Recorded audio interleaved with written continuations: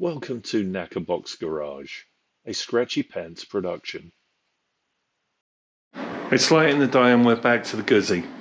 So what needs to happen with the Guzzi is I'm putting in electronic ignition, which means removing the coils and the internals of the distributor through there. In fact, if you come around this side, it's easier to see. So take the Dizzy cover off, take away the condenser and the what have you. I don't know whether I'm going to pull the carb off or not. It may be easier to get in there, I don't know.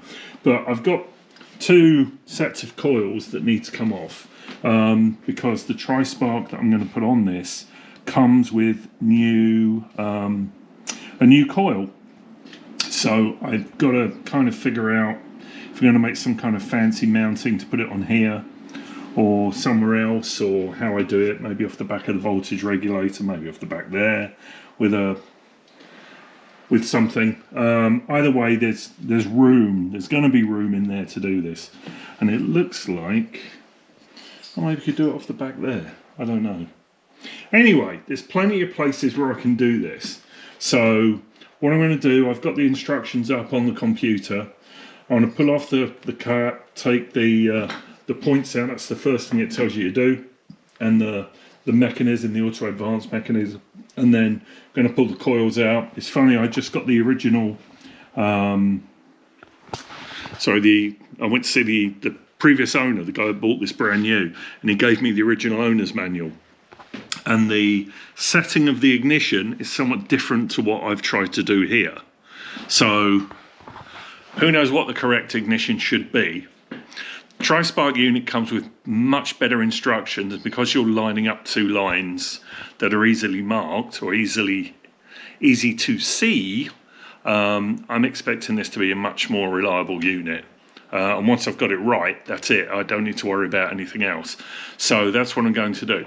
So I'll start pulling things apart. I'll grab the camera every now and again, and then when it's all stripped down, we'll have a quick catch up on what I've done. Back to the Guzzi. All right, here it is. So coil, that was the right cylinder coil. Left cylinder coil was under here.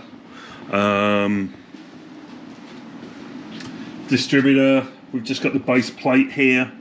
The bob weights, the actuator or the points plate on top, the cam, the auto advance mechanism, all gone, ready for the tri-spark unit to come with its sort of sensor plate that sits here, and then the trigger that goes on here.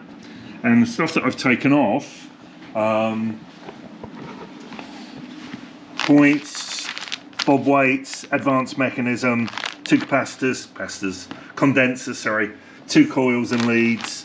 The coils are a bit, well, I wouldn't say iffy, but the HT cables one of them was a little loose, so getting a new coil will be great. It is my plan to use this mounting bracket to fabricate a bracket to mount the new twin plug coil that will go in there, which should be good. And then I'll put the igniter box somewhere around here, up out of the way as well. Maybe put something come off this voltage regulator. It depends on the size, I've not got it yet. It's due to arrive on Monday, and Sunday through Monday to Monday evening we have a big snowstorm. So I've got a feeling it won't be coming on Monday, probably turn up like Wednesday, Thursday, but sometime next week. So I've got plenty of time. Plus the fact it was 6 degrees this morning and that's F. When I was walking the dogs this morning, so it's cold. So I won't be riding this anytime soon, so no rush. So I don't know whether you can see this, but there's a little hole there. Let me pull this out of the way. There's a little hole in the side of the distributor. There's a little screw that's supposed to go there. So if you can see that. On the end of my screwdriver is a little screw held in place by electrical tape, so that I can then put the screw in the hole, get the thread started, hopefully.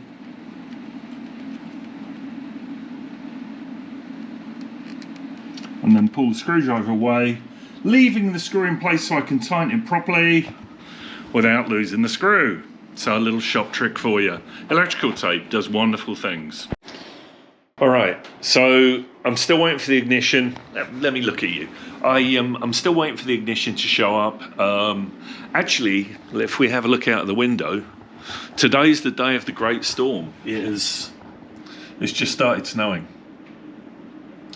So we've got at least 24, if not 36 hours of snow, with a forecast total amount of somewhere between 12 and 20 inches. Who knows? Who knows? It's a forecast, right? It could be true or it could be completely false. But it is snowing now, and I promised the dogs I'd be in the house with them when it started snowing, so this will be my last little thing. But one thing when I put this back together was I noticed that when I put my foot on the rear brake and I realised my hand is on the gear shift, the switch wasn't coming on until I really pressed it down really hard. So the brake light, this thing at the back, which is actually from Honda, here we go, this thing. When I pressed it, it wasn't lighting up. So what I did was I was thinking I was going to adjust play around with the spring, but there's this little bracket there with a slot in it and a nut on it. So I've just pulled the switch up because the switch was all the way down. So that now should mean that when I hit the brake pedal, the brake light comes on. Or if I've done it badly, when I turn the ignition on, the brake light is on all the time. Another thing that I've just done, and I don't know why I'm using the torch because you can see this, is the switch was like that, and it's really close to the edge of the tank. I've just unbolted it. I've elongated this hole downwards just to pull the switch up a little bit and give me more space between this and the tank edge. Minor little thing. I've got the wires off for the ignition. I've taken the coils off. We saw that yesterday, so I'm literally just waiting for the tri-spark to arrive. When that arrives, we'll mount it. I'm hopefully going to make a little bracket and put the coil on here, and then the igniter box will come off this bracket down there. That may involve some form of fabrication. You know me, an excuse to take something together. And then I've set the crank at the fully advanced position on cylinder number 1, which is, this is where I want the,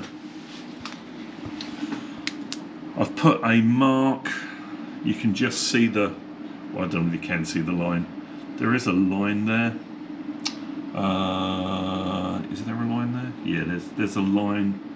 There's just a line. Anyway, that's the full advance mark. So we'll set that up. The electronic ignition goes to fully advanced at 3,500 RPM. It calculates that. So, and I went electronic because I don't really have that much faith in the mechanical advance. I know they work, but this has always been slightly not right when I've run it. So it'll be interesting to see if the ignition really does sort that. It's like gasping. So, you know, they say all carburetor problems are really ignition problems, and all ignition problems are really carburetor problems. So, or perceived problems. I.e., if you think you've got an ignition fault, or that's what you perceive, turns out it's the carburetor. I'm pretty sure the carbs are fine. But anyway, we'll see. So when it comes down to checking the time, and I'll rotate it through again, find the fully advanced mark, and set the ignition. Like I say, it's supposed to come tomorrow, but with the snowstorm, I'm guessing it's probably going to come Tuesday, Wednesday, Thursday, hopefully before the weekend. But anyway, that's it. So we're just waiting. I've got nothing else to do on this, so don't expect any, well, you will, there'll be another clip, like seconds after this there'll be another clip, but for me, weeks will have gone by. Hello, welcome back. Well, welcome back from the clip that's just finished. Quite a busy day in the workshop today. This guy's hot. I just went to move him and he reminded me he was hot. This is a heron in the making. Gonna have a fish in his mouth. His neck's here, curvy wrench, couple couple of my knife and fork guys are laying down. They're part-timers. Snowblower's in the house. I just brought it in to thaw it out. It needed the vane, which is in the cooling fan, which keeps the carburetor constant. It was hunting last time I used it. It was full of ice, so it's in here to defrost, which it has done. I've taken the top off, cleaned and lubed it all up, put it all back together. But more importantly, the tri-spark is here for the Guzzi. So this is a very nice little piece of kit. There's the module. Here's the plate which goes in the distributor with the lead. There's the trigger. Comes with a new coil that I've got to mount, that I really want to mount up there off this bracket. 2 new HT leads and some very nice instructions. Really is a delightfully put together kit, to be honest. So yeah, I will start laying this out. I'll unbag things, make sure everything's good, and then start following the instructions. I've already taken some stuff apart. In the last clip, I think I probably said I've taken the distributor internals out and got rid of the coils and all those things. Well, here we are. I've done those things. So let's start putting it together.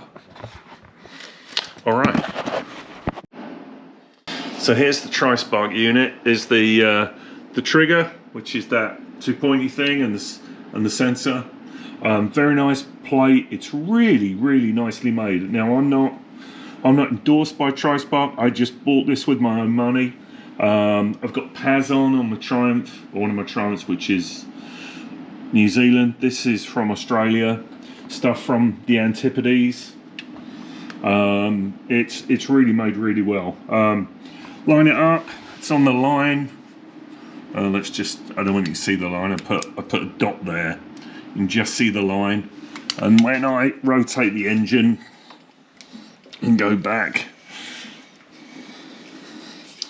let me just pull this guy up so it gets to, this is the second cylinder. This is the left firing point. Oh, a little bit over.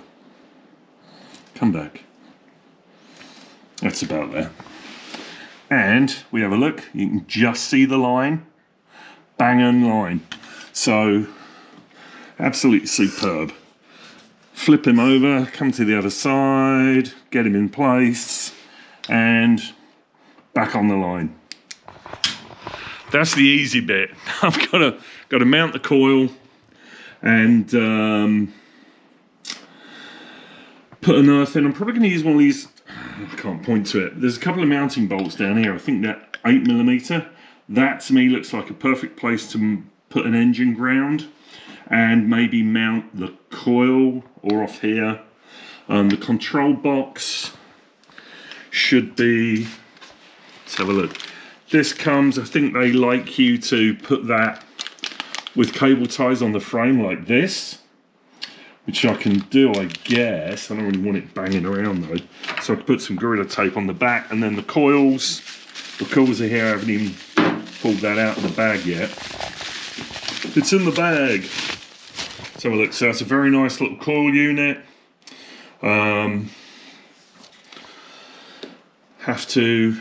That would go there, wouldn't it? That would fit in there. Something like that. I'll figure it out. There's a bracket there. Don't want to hack at anything. Don't want to weld anything on there. Want to try and make use of the holes. Ideally, I can build a bracket off there and attach it to this. That would be how I do that. Anyway, let me unwrap a bit more, and then I'll start figuring out where I'm putting things. Okay, so I just tried this and the battery was flat on the GoPro, but here's my coil mounting bracket. Let's go that way. It's going to mount here, and I will sort of mock it up if I can get my hands in there. It's going to be there like that, and the coil has 2 mounting holes, which are 6mm, and the bolt's going to go up there, and that will keep it out of the way. I've got some bolts to shorten. What I'll do is I'll shorten those up, and then I'll put this on kind of pinch tight, just so you can see it in place. without my hand in the way, and I'll bring it back. So here we go, here's the coil mounted. Could probably get away with just one bolt instead of two, and now I'm looking at them, you know, I bought them from the hardware store. I wish I'd got the same heads on each, but got to remember the petrol tank's going to be over this, so you know, nobody's really going to see it. But that's the bracket. Now I've just got to figure out where to put the igniter box. That is going to go somewhere, I don't know where I'm going to put that. Now, there's a bracket down below under this. I think I could potentially, and there's also this, which potentially, I don't know whether you can see that, with the two slots. That's where the lower coil was. I could almost dangle it from there, or at least make a bracket that could hook into there. But I'll think about it. I could just do one with one bolt that hooks on the back, maybe. It's fairly small, so let me tinker around with that and I'll see what I can come up with. So it's another day. I've had wonderful ideas all about, which involve putting the igniter box up here and having it there, and of course, you know, the one thing I keep forgetting is the coil's got to go there, and it won't go there with its, if it's there. So the only thing that I can come up with that, because there's, without having to like weld a new tab on the frame, which I really don't want to do, which is the obvious one, is they do say you should put this in the side panel, with behind the side panel cover. This will go inside the side cover. All that's in here is a wrench for adjusting the shock, which I don't use, and a pair of spark plugs. I really don't use this side. I've got some really strong servo tape. I can put some black micro mesh protection, route the wires up through there, and then have a bird's nest of wires up here. Also gives me the opportunity to have a pretty decent earth there, which I can do. Hopefully that doesn't mean pulling off the battery. But that's what I think I'm going to do. I think I'm going to mount it in the side panel, or in the spare toolbox that doesn't get used. I think it's the cleanest way of doing it, and it keeps it out of the way. The sender unit has a long enough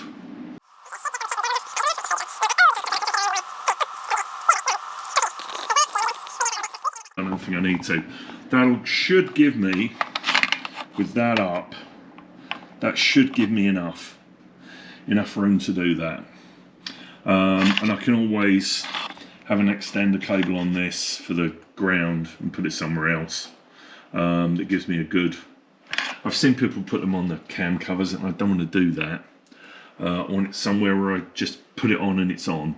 So I think this is going to go here. I've got to go and salvage some wires from the old wiring loom, because I need a couple of those, so I need to put those in. I'll mount that on servo tape. It'll be good. I've just put another coat of paint on the bracket for the coil. We'll mount the coil. I'll reroute the sender wire, and then I'll bring it back and we can finish up wiring it in. So I don't know whether you can see, I'm just pointing down to it here with my magnet, this little guy. This is where I'm earthing from. I can't find anywhere to earth anywhere that's small enough for a little while to go. And I've got these, this is where the capacitor would have, condenser, I suppose I'm sort of right, would have been. And I've just checked it with the multimeter. It's about the best ground I can get, because it's directly part of the engine. So I've run an extra lead, which I'll connect to the earth lead from the unit from here. I've just dropped the screw about 6 times and actually screwed it in with this, which has, you know, just pure magnetic, sorry, camera's flying all around, pure magnetic. Just put it on and twist it round and it went in. Well, at least slightly went in. You can see it's slowly turning, but it's turned enough that now I can get the screwdriver in. So just had a frantic 3 minutes searching for that, and even had to resort to using the close-up spectacles.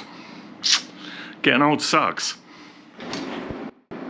Alrighty, so coil in. My design wasn't that great. I had to bend these slightly out of the way a little bit because I didn't factor they would stick out further than the end of this. Should really have 90-degree connectors on. I haven't got any. I'm not going to wait for them to come. Have ordered some, so if it doesn't work, I'll do them. There is an insulator and a spade connector under this tape. I just put tape over it to connect it because the loom, actually the Guzzi loom, had a little bit of exposed wire. I've lengthened the cables from the Knackerbox and shrink wrap them. This is the trigger. You can see the colours there. I may put a bit of sleeve over that just to make it a little bit slightly better looking, because that doesn't look that great. And now I'm just going to measure these, cut them, put on the plug caps. I put this plug on. Got to remember to put this guy on. I've got these little slip-ons that go in here that I made out of fuel pipe that I will put back on just to protect this from cutting and getting chafed. And then it's tank on, connect the fuel, drop it down, hit the button, away we go. Alrighty, so got the plug leads on. I tried using the caps that came with the kit, and one of the ends was broken, and I think they look a bit shit. So I went out and bought NGK caps from my local bike store. There are resistor caps. They're the ones I'm supposed to have. So they look the part, really, to me. So now it's just a case of put the front cover back on, let's cover the alternator, pinch that up, fuel tank on, connect the fuel lines, get her off the bench, roll her out into the garage, hit the button. Alright, she's all back together, so down in the doors. That's some of the cool fresh air in. Right, fuel's on, enrichers are on, key is in, key is getting in, right, key is in, on, do or die moment.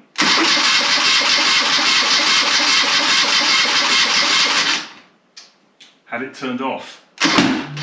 There we go.